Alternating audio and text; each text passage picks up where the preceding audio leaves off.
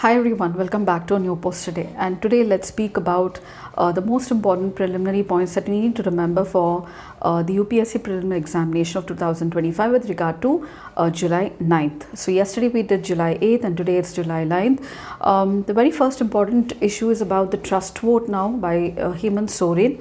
So he happened to win the trust vote and now he is the Chief Minister of Jharkhand. So what exactly does a trust vote mean or a floor test mean? Now this is held in legislative bodies whether to find out whether the government which is suspected to have lost the majority still retains the majority or the confidence of the House.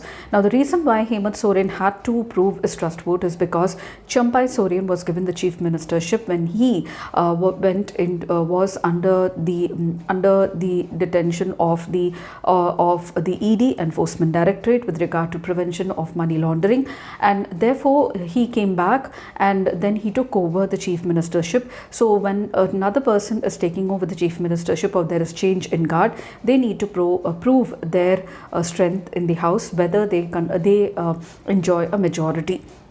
So trust vote is also called as confidence vote and it can be moved at both the state legislature and even the Lok Sabha, and not in the upper houses, that is the Rajya Sabha or the Legislative Council. Now it is moved by an MLA or an MP with the objective to find out whether or not the Chief Minister or the Prime Minister, that is the head of the government, enjoy the confidence of the House. So collective responsibility is one of the cornerstone or the pillars of the parliamentary system of government. So the government is collectively responsible to the Legislative Assembly and to the Lok Sabha. Now this can be done both by electronic voting or even voiced vote, and let me tell you that J.B. Kripalani was the first ever, he moved the first ever no confidence motion vote in the Lok Sabha against the then Prime Minister Jawaharlal Nehru in 1963 and immediately after the disastrous Sino-India War of 1962. So as of August 2023, at the centre we have 31 no confidence motions being moved, and the Prime Minister Indira Gandhi faced the maximum of the no confidence motions, 15, followed by Lal Bahadur Shastri, P.V. Narasimha Rao, 3 each, Morarji Desai, Narendra Modi, 2 each, and Jawaharlal Nehru, Rajiv Gandhi, V.P. Singh, H.D. Devagowda, Atal Bihari Vajpayee and Manmohan Singh, 1 each. So the next most important issue is with regard to center tweaking in the criteria for according the classical language status. Now this has been because of the claimor for classical language status with regard to many languages, and the central government has decided to tweak the criteria for giving the special tag. India has 6 classical languages as of now, that's Tamil, Sanskrit, Telugu, Kannada, Malayalam and Odia, and it was in 2014 that the government last granted the special tag of classical language. Now over the years there have been demands from various states and literary circles for a classical status in languages such as Marathi, Bengali, Assamese and Maithili, and of these the case of Marathi is being pending for more than a decade. So the present criteria, so the government of India determines the declaration of a language as classical language status, and it should have high antiquity in the earlier texts and recorded history of over 1500 to 2000 years, a body of ancient literature or text that is considered to be valuable heritage by generation of speakers. A literary tradition should be original and not borrowed from any other speech community. Another criteria that is said to be is that it should be a language and literature that is distinct from the modern format. There should also be a discontinuity between the classical language and its later forms or its offshoots. Once a language is notified as a classical language, let me tell you, the Education Ministry provides certain benefits to promote it. Now these includes 2 major annual international awards for the scholars of eminence in these languages. Apart from this, a Centre of Excellence for Studies in the Classical Language is set up, and the University Grants Commission is required to create a number of professional chairs in central universities for the language that gets a classical language tag.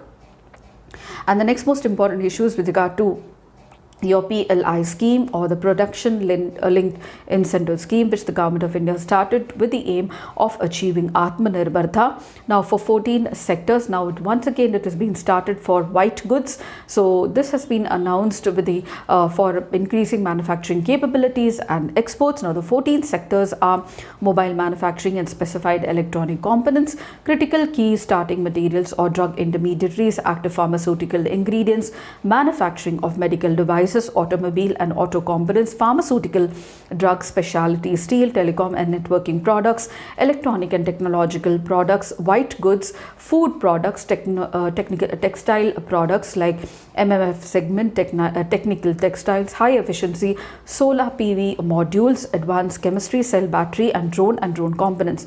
Now the purpose of the PLI scheme is to attract investments in various sectors, cutting edge technology, ensuring efficiency, bringing economies of size, scale and manufacturing sector, and making Indian companies and manufacturers globally competitive. Now these schemes have the potential of significantly boosting production, employment and economic growth in the next 5 years, in the market. And the PLI scheme for all 14 sectors have been notified by the ministry or the department. So this is about the PLI scheme and the objective and also the 14 sectors that are covered. The next most important issue is antique idols. Now there are some issues with regard to antique idols being stolen or India getting back some of its antiques from other countries like Australia, etc. and even Britain. So do we have a law or a legislation governing this? Yes, we do have the Antiquities and Art Treasuries Act of 1972. Apart from that, we have the Directive Principles of State Policy, even speaking of national monuments of national importance or cultural heritage as well. And the next one is about Puri Rath Yatra. So the President Draupadi Murmu, she was there for this Puri Rath Yatra this time, and it is mentioned in many it can be found in the Brahma Purana, Padma Purana, Skanda Purana and also the Kapila Samhita. The records of the festival have been noted by European travelers since the 13th century, with most prominent and vivid descriptions being given in the 17th century by the British. And the Rath Yatra of Puri is rendered as a Rath Jatra or a festival, and it is considered one of the oldest and the largest Hindu chariot festivals celebrated annually on right half of the lunar month or Ashad. Now the festival is said to be held in the city of Puri, the state of Odisha, India, and it is associated with the deity of Jagannath, the form of Vishnu or Krishna. And during the festival, the three deities, Jagannath is brother Balabhadra and sister Subhadra, are drawn by a multitude of devotees in three massive wooden chariots on the Bada Banda or the Grand Avenue to the Gudicha or the Gundincha temple, whereby they reside for a week and then return to the Jagannath temple. Now this return trip is called as Bahuda Yatra. So it's called Bahuda Yatra. And the Bada Banda or the Great Avenue, now the way of the chariot of Jagannatha Nandigosha waits. So on the way there is a Bhakt called as Nandigosha awaits near the crematorium of Bhakt Salabega, a Muslim devotee, to pay him tributes. Now on the way back from the Gudincha temple, the three devotees stop for a while near Mausi Ma temple or the aunt's abode and have an offering of the Poda Pitta, which is a special type of a pancake supposed to be a deity's favorite. And after a stay of 7 days, the deities therefore return back to their abode. Now the descriptions, as I told you, these are found in Brahma Purana, the Padma Purana and the Skanda Purana as well. So these are the important points that I thought I should track for you for July 9th for your preliminary examination.